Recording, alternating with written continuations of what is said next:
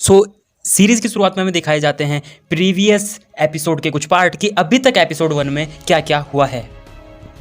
फिर हमें एक शहर दिखाया जाता है जो कि ओशकोश नाम से होता है एंड वहाँ पर 1985 में कुछ टीवीए के एजेंट्स उस वेरिएंट लोकी को पकड़ने के लिए निकले हैं एंड लोकी वेरिएंट को ढूंढते ढूंढते वो एक टेंट के अंदर पहुंच जाते हैं जहां पर लोकी वेरिएंट इन्हीं में से एक ऑफिसर के बॉडी के अंदर एंटर करता है और सभी टीवीए एजेंट्स को मार देता है और जिस बॉडी के अंदर लोकी वेरिएंट एंटर करता है उसे भी अपने साथ आगे समय में ले जा लेता है। और फिर हमें दिखाया जाता है कि लोकी टीवीए के साथ ही काम कर रहा है एंड लोकी वहाँ के तौर तरीके भी सीख रहा है।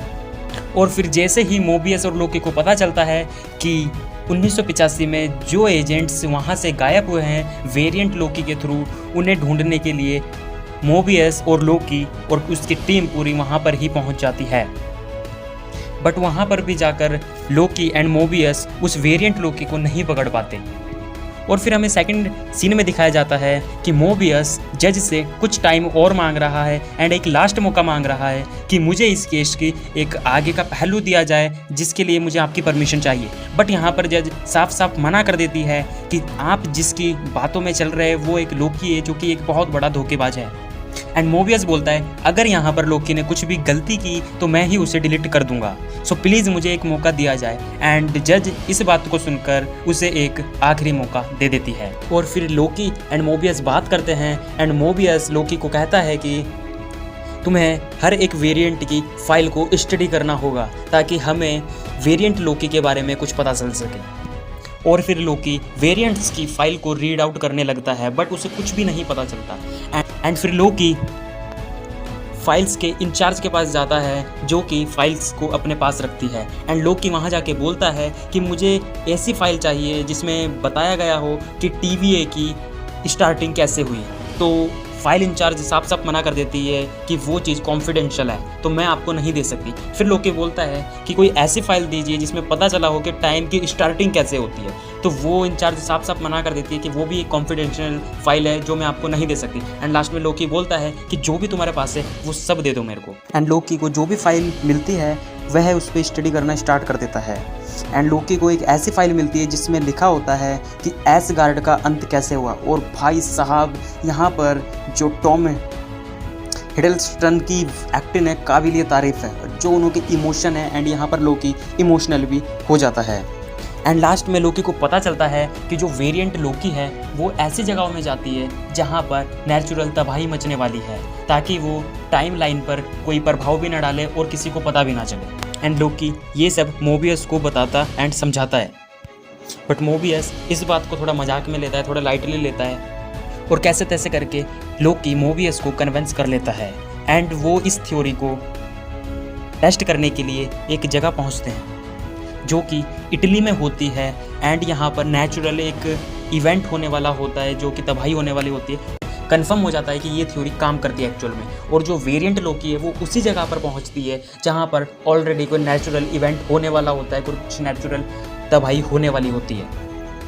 और फिर लोकी एंड मोबियस ऐसी फाइलों को स्टडी करने लगते हैं जिसमें नेचुरल तबाहियाँ लिखी हुई है, लिस्टेड हैं। एंड ऐसे करते करते वो थक जाते हैं और थोड़ा सा ब्रेक लेते हैं और जिस बीच में वो अपने पास्ट के बारे में कुछ बातें करने लगते हैं। और यहाँ पर हमें पता चलता है कि जो मोबियस होता है उसके भी कुछ डिज़ायर्स वगैरह होते हैं। एंड जैसे ही वो अपनी चाइल्डहुड और बच्चों की बातें करना स्टार्ट करते हैं तो मोबियस को वही सीन याद आता है जो कि फ्रेंड्स में एक लड़की मिली थी उसे, जो कि वेरिएंट पकड़ने के दौरान उसे मिलती है।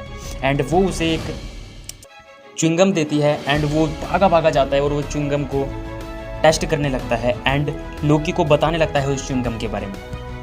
एंड लोकी एंड मोबियस दोनों मिलकर उस जगह का पता लगा लेते हैं जहाँ पर वेरिएंट लोकी पहुँचा हुआ है या फिर जहाँ पर वेरिएंट लोकी पहुँचने वाला है।